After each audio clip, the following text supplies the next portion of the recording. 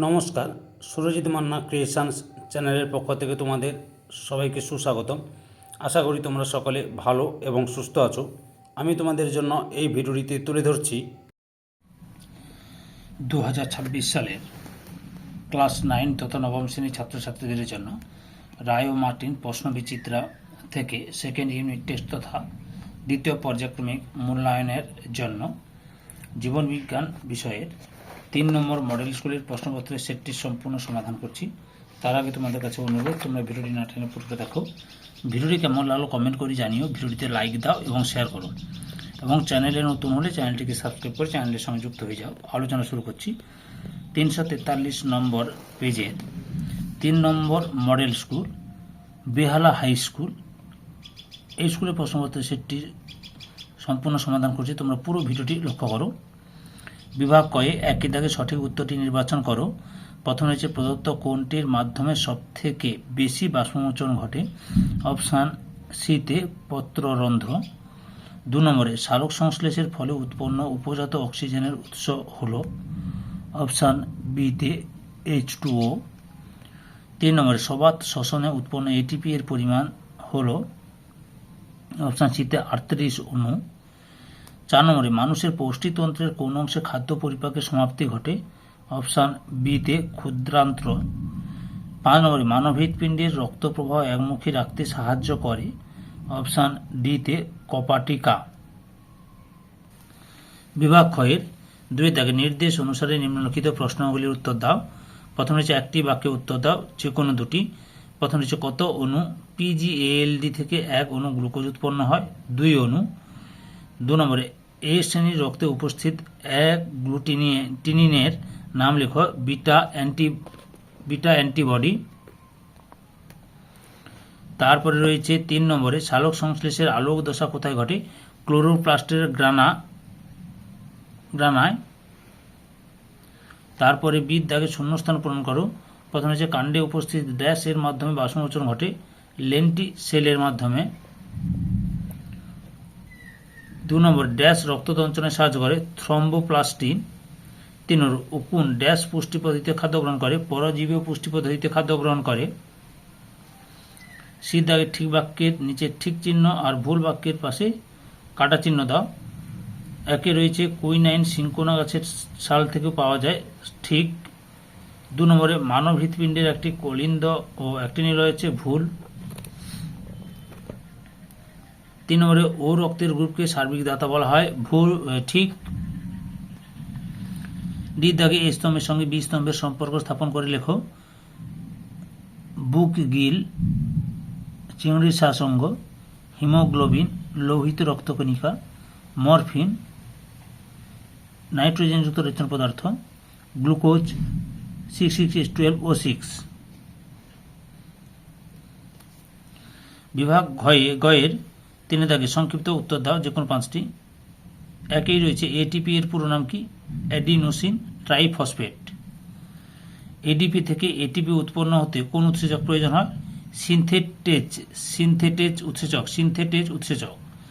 2 দাগে মানুষের অতিরিক্ত রেচন অঙ্গগুলির নাম লেখো। ত্বক, যকৃৎ, ফুসফুস।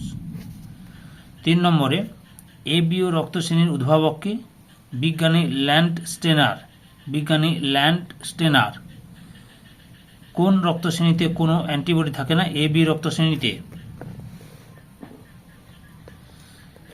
4 নম্বরে C3 উদ্ভিদ কি? উত্তরটি তোমাদের রায় অ্যান্ড মার্টিনের সহায়িকা বই থেকে দেখাচ্ছি, লক্ষ্য করো।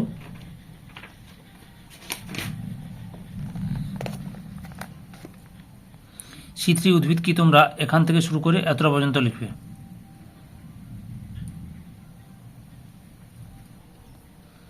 5 নম্বর সুষম খাদ্য কাকে বলে? উদাহরণ দাও। উত্তরটি লক্ষ্য করো। এই সুষম খাদ্য কাকে বলে এখান থেকে শুরু করে এতটা পর্যন্ত লিখবে। দুধ, ডিম, উদাহরণ লিখবে দুধ, ডিম। 6 নম্বরে রয়েছে ফটোলাইসিস বলতে কি বোঝো? এই যে এখান থেকে শুরু করে এতটা পর্যন্ত লিখবে। আর বিক্রিয়াটা যদি দিতে পারে দিবে। 7 নম্বরে রয়েছে অবনমন বা উইল্টিং কি। এই লক্ষ্য করো, এখান থেকে শুরু করে এত পর্যন্ত লিখবে।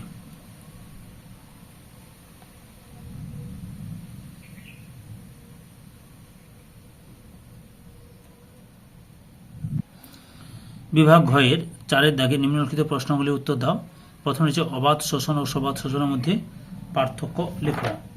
রায়ান মার্টিনের সহায়িকাভিত্তিক প্রশ্ন উত্তরগুলি তোমাদের দেখাচ্ছি। আগের ভিডিওগুলো দেখতে চাইলে আমার চ্যানেলের প্লেলিস্টে গিয়ে দেখে নাও, নাহলে এই ভিডিও ডিসক্রিপশনে তার লিঙ্ক দেওয়া আছে, ওখানে ক্লিক করে দেখে নিতে পারো। এই যে অবাধ শোষণ এবং সবাধ শোষণের পার্থক্য, মোট 6টি পার্থক্য দেখালাম।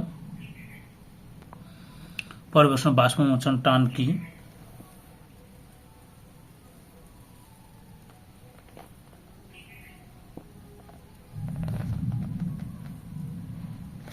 এই যে বাষ্পমোচন টান, এখান থেকে শুরু করে এতটা পর্যন্ত লিখবে।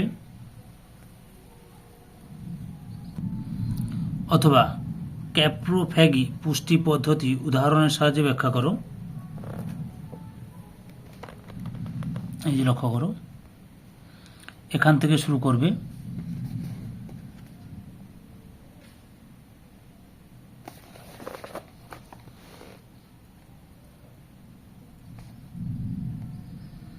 এতটা পর্যন্ত লিখবে।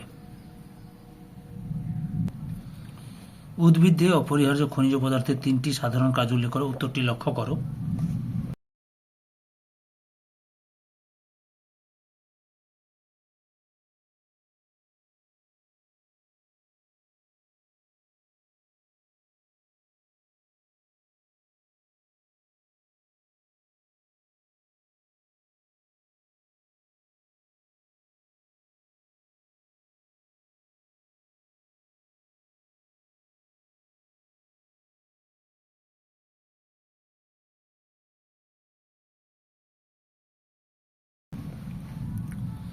তারপরে রয়েছে 2 নম্বরে পরিবেশে অক্সিজেন ও কার্বন ডাইঅক্সাইডের ভারসাম্য কিভাবে বজায় থাকে।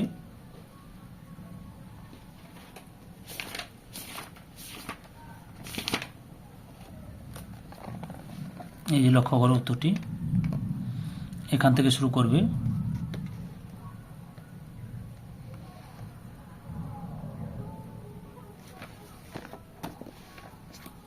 এতটা পর্যন্ত লিখবে।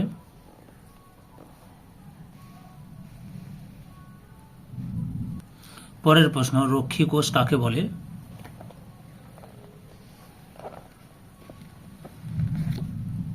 এখান থেকে শুরু করে এতটা পর্যন্ত লিখবে।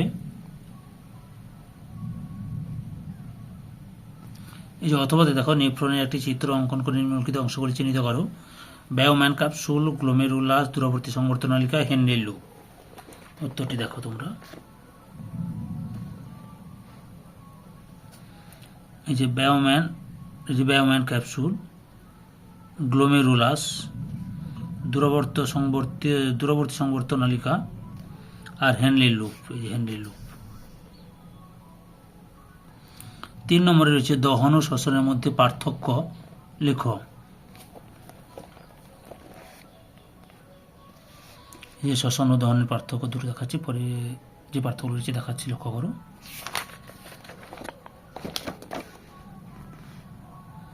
মোট 6টি পার্থক্য দেখালাম। পরের প্রশ্ন হিল বিকারক কি।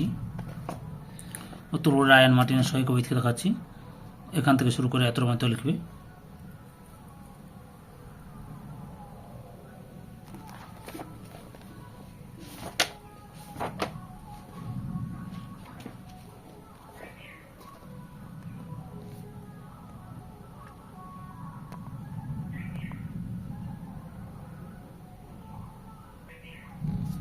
অথবা ধরি শ্বাসতন্ত্রের উপর ধূমপান কিরূপ ক্ষতিকারক প্রভাব ফেলে। উত্তরটি দেখো। এই যে এখান থেকে শুরু করবে। আগের ভিডিওগুলো দেখতে চাইলে আমার চ্যানেলের প্লে লিস্টে গিয়ে দেখে নাও, নাহলে এই ভিডিও ডিসক্রিপশনে তার লিঙ্ক দেওয়া আছে, ওখানে ক্লিক করে দেখে নিতে পারো। এতটা পর্যন্ত রয়েছে।